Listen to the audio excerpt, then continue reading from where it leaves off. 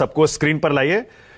मेरे साथ विजय त्रिवेदी को आप देख रहे हैं, राजकिशोर तिवारी आ गए, शीतल सिंह आ गए, पंकज शर्मा और रविंदर श्योरान बस थोड़ी देर में आपको आपकी स्क्रीन पर दिखाई देंगे। आप सभी का स्वागत। अच्छा, रविंदर श्योरान भी आ गए आपकी स्क्रीन पर, पंकज शर्मा भी आ गए। Ravinder, happy new year. Thank you मानक जी, आपको भी और सभी सम्मानित पैनलिस्ट और दर्शक साथियों को भी बहुत बहुत शुभकामनाएं। पंकज जी, नए साल की शुभकामनाएं आपको भी। पंकज जी आपको भी, आपको जी बहुत बढ़िया। पंकज जी को भाई नमस्कार और नए साल की शुभकामना। अच्छा, देखिए अब मैं पंकज शर्मा, पंकज जी आपके हिसाब से 2025 का हीरो और जीरो कौन है? देखिए, 2025 ऊहापोह का, पसोपेश का साल था। बहुत सी चीजें ऐसी हुई जो नहीं होनी चाहिए थी। लूजर सबसे बड़ा नुकसान हुआ गणतंत्रता, संवैधानिक संस्थाओं का। हीरो मुझे 2025 में कोई दिखाई नहीं देता। जैसा चल रहा था वही रफ्तार बेढंगी जो पहले थी वो 2025 में भी रही।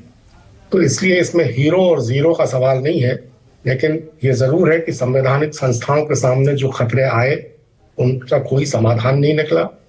लोकतंत्र को लगातार जो नुकसान हो रहा है उसमें कोई बेहतरी दिखाई नहीं दी।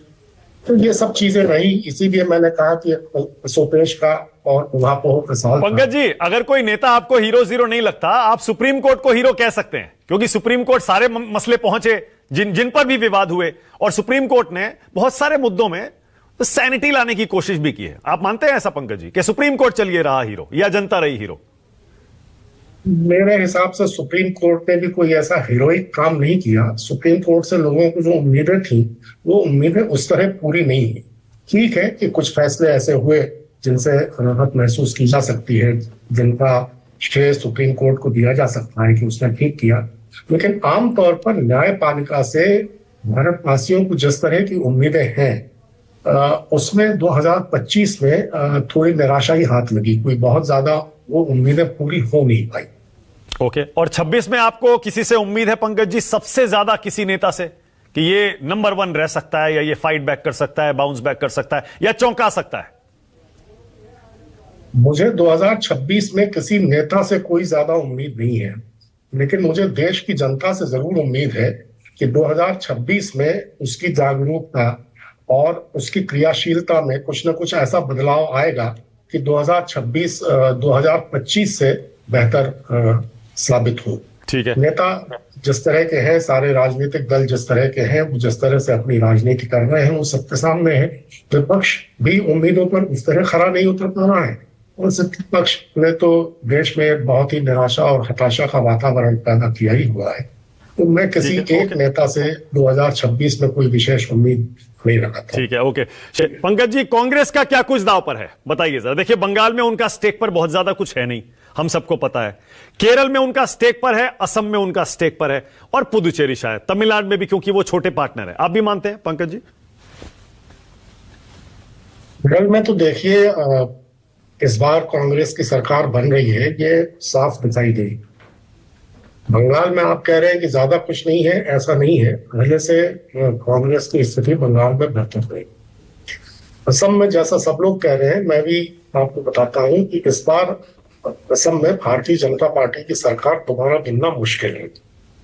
बंगाल में तो भारतीय जनता पार्टी का कोई सवाल ही नहीं है, क्योंकि क्या भारतीय जनता पार्टी की सीटें पिछली बार की तुलना में दुगनी हो जाएंगी बंगाल में? ऐसी कोई स्थिति है? ऐसी कोई स्थिति नहीं है।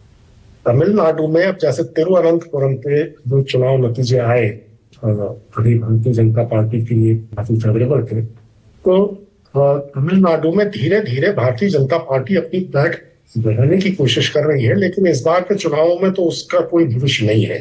तमिल समागम के नाम पर जिस तरह से बहुत एग्रेसिवली भारतीय जनता पार्टी और नरेंद्र भाई मोदी खुद दिलचस्पी देकर काम कर रहे हैं, शायद 13 जनवरी को तमिलनाडु जा भी रहे हैं प्रधानमंत्री जी, तो तमिलनाडु पर जोर पूरा है।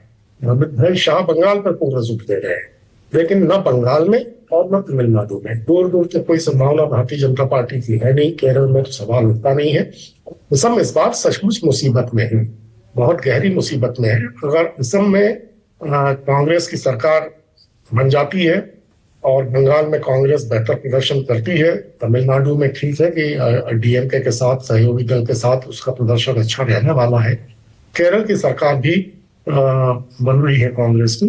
तो 2026 की शुरुआत मुझे लगता है कि कांग्रेस के लिए थोड़ी सी बेहतर तरीके से हो रही है। बहुत बढ़िया।